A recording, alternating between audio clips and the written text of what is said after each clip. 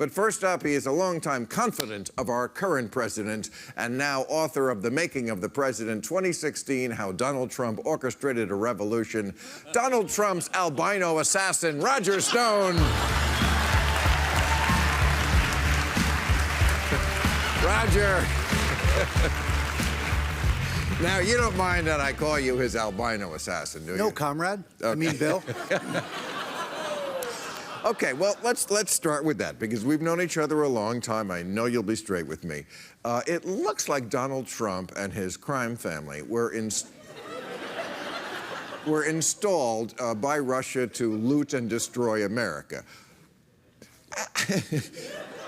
As a longtime Republican, lifelong Republican, who cut his teeth working for Richard Nixon, quite a cold warrior, yes. Does it give you any sort of unease that we're so in Dutch with the evil empire these days? Well, not really. If you looked at the Obama-Clinton policies, the reset, they rolled into Crimea, Syria. We didn't stop them. We continued selling them, transferring technology to them. So they really rolled over the last administration. I think here's what it boils down to, Bill, and that is, do we want to go to war over Syria? That's what this is about. Do we want, no. This is not about Syria. This is about our elections. No. It's about America, not Syria, right? No. It's not about Syria. Yeah. It's about America. It's about war. It's about the neocons right. who gave us war, the Bushes and the Clintons, and the chances that you could negotiate a peace before expanding a proxy war in Syria. I know that your favorite musician must be Muddy Waters, because Bill, that is what you always do. I just want to give peace a chance. Is Muddy Waters. But that has nothing, but it's interesting you mentioned war, because both Dick Cheney, not exactly a liberal, and John McCain, same thing, have said this hacking of our election would be considered an act of war. If we had some evidence or proof of it, right now what we have is inference. Okay, so Senator Mark Warner, who's head of the Intelligence Committee in the Senate, the first thing out of his mouth the other day when he was asked about this, he said, there's clearly a lot of smoke. And then he said, an individual. That would be me. That's you. He said, associated with the Trump campaign, accurately predicted the release of hacked emails before it happened. This same individual, you, also admits to being in contact with Guccifer 2.0, who all of our intelligence agencies says Guccifer 2.0 is Russian military intelligence. Yeah, I dispute that. Let's take them one by one. First of all, I have never said that I had advanced knowledge of the hacking of Podesta's emails.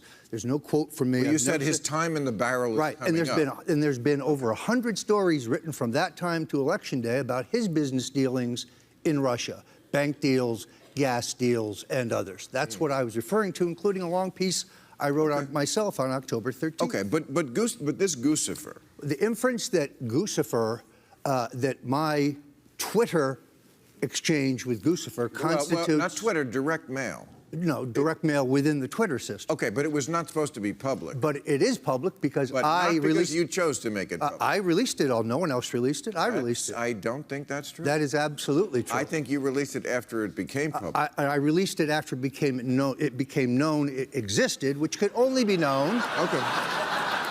It could only be known if my Twitter feed had been hacked. Okay. So, and I released it. It's benign. It's innocuous. Okay, but here's what Guccifer said. I mean, if you're going to engage in espionage, would you really do it on Twitter? You're really asking that with Trump in the White House. Okay. But here's what... He did get there. Here's what Guccifer said about you. Apparently you and he are big fans. He said, I'm pleased to say, Roger Stone, you are a great man. But why? He's Romanian. Why are you saying that in a Russian accent? Please tell me if I can help you anyhow. It would be great pleasure to me. And then he said, same day, he said, Roger Stone, paying you back. That's very simple, because he's referring at the top of that email exchange to an article I wrote on August 5th at Breitbart, in which I argued that he is the one who hacked the DNC emails. You said he was a hero. I think he is a hero. I'm opposed to the deep state. I think they need to be exposed. But true or false? Let's play truth or dare now, and we're not going to dare each other. Okay. You really think, as a lot of Republicans do, that the Democrats are more of an existential threat to America than Russia? No, I wouldn't say that at all. Lying. But I am disappointed. I think you do, and I think anything it takes to keep the Democrats out of power. I think you actually believe that. Well, I'd like to see a Democratic Party that would stand up to Islamic terrorism, that would protect gay people, that would protect Christians, that would protect women. Right. And they don't seem to be inclined to do that. All right. Well, let's not get to a place where we agree. All right. So Trump was asked on February 16th, can you say whether you are aware that anyone who advised your campaign had contacts with Russia? And he said, no, nobody that I know of, nobody. So he doesn't know you. No, but he doesn't know his son-in-law. No. He doesn't know his. Hold on. He doesn't know any inference that my communications with Guccifer 2.0 constitutes collusion is disproved by the content Who said and the about timing. collusion? Can you say whether you are aware that anyone who advised your campaign had contacts with Russia? This is proven that all these people had contacts with Russia. I don't concede that Guccifer is a Russian. But if you go online, you'll see there are more theories about this than But they met with the Ambassador Kislyak, who was known as the top recruiter of spies in this country. You can't deny that the contacts with Russia, and he said, nobody that I know of. This is just a giant, obvious lie. He knows you. He knows Manafort. He knows his son-in-law. I've had no contacts with Russians. Let's be very clear. The New York Times on January 20th says that they have emails, records of financial transactions, and then on the 30th they add transcripts from telephone calls.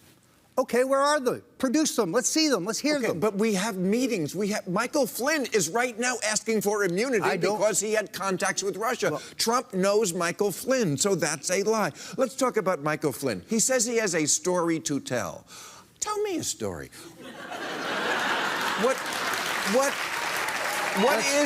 is the story? Let's talk about. What do you think his story is? I have no idea, but here's what I do know. I'm not asking for immunity. I was maligned by a number of the members of the committee who said things that were patently false. And in a free society, I should have a chance to respond in the same forum. Of course. In the same forum. Well, no one would disagree with that. And I don't want to need a subpoena. Right. I don't need immunity, but I want it to be in public, not behind closed doors. Let's go. I'm ready. We've had you on this show from back in politically incorrect days. I don't want to see you in prison with that Nixon tattoo on your back. You're just upset because I'm the only guy you know with a dick on the front and the back. Okay. All right. I'll give you that one. All right. Donald Trump Jr. said this: Russians make up a pretty disproportionate cross-section of a lot of our assets. And then he said there's a lot of money pouring in from Russia. His brother, Eric Trump, said, we had no assets in Russia. We have no debt in Russia.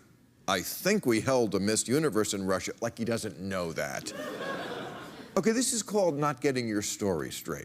Which one of these two sons of Donald Trump is lying? Because one says Russians make up a pretty disproportionate cross-section of our assets, and one says we had no assets in Russia. When you run for president, you have to file an extensive financial disclosure. Oh, I'd love to certify it. Well, both candidates did that. But there were no Russian assets. That doesn't answer my question. Which one is lying? Well, it's a privately held company, so I don't know. But the financial disclosure that Donald Trump filed with the government showed no Russian assets or debts. But why, if Kusei says we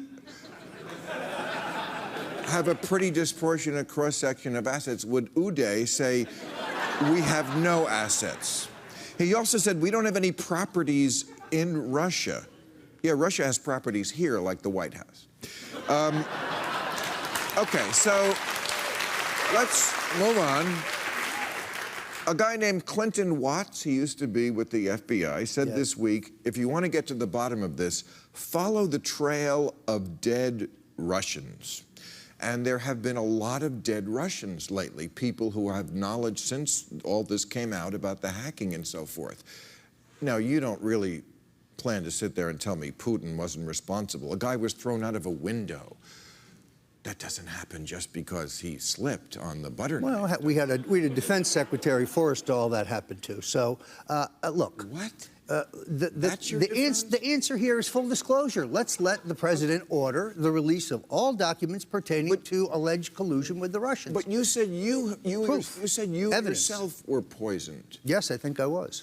And you're on their side. How? I'm not on their side. I'm a patriotic American. I forgot. Look, Okay. I understand. But why were you poisoned, Roger? Because I think a lot of people would not like me to testify because I will put the lie to this Russian myth. I never had any contacts with the Russian state. To my knowledge, no one else in the campaign did. I think perhaps the Democrats could get over the fact that they spent about $2.5 billion. Trump spent about $278 million. And they lost. Okay, but that's what this is really about. Well, they won, but yes, by the electoral college, I agree. You mean by the popular vote? Yes, by the popular vote. Okay, but a guy you do talk to is Donald Trump. From time to time. From time to time. Okay, you know, when Donald Trump says, I'm hearing, that's you. You think? I think it is. I don't think, I mean, you have been on this guy's side since 1988. Nobody puts words in Donald Trump's mouth. No, but they put thoughts in his cotton head. Well. And it's not that hard to do. He just won a historic election for some reason.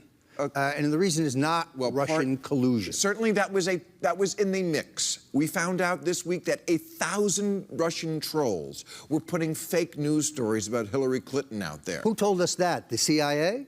The guys who told us about weapons of mass destruction or Benghazi or rendition or torture at Abu Dhabi prison? Their track record on honesty, not too good, Bill. Okay, well, some of that is not about honesty. You're talking about the Iraq War. Okay, a lot of the people in the CIA disagreed with the findings of the director. Okay. That's happening today, too. Okay, so you're saying that that's not true. Let me ask you a more general question. Sure. You've been in Donald Trump's corner for a long time. Yes, now you've seen proud him of it. President for 70 or so days. Any buyer's remorse? Anything that gives you pause?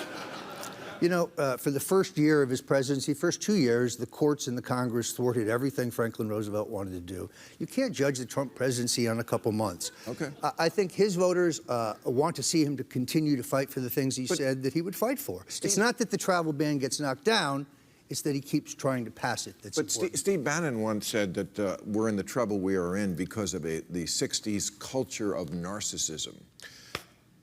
No, we're in the trouble we're in. Narcissism, is that an issue? I don't think that's the reason we're in the trouble we're in. We're in the trouble we're in. No issue with Donald Trump and narcissism.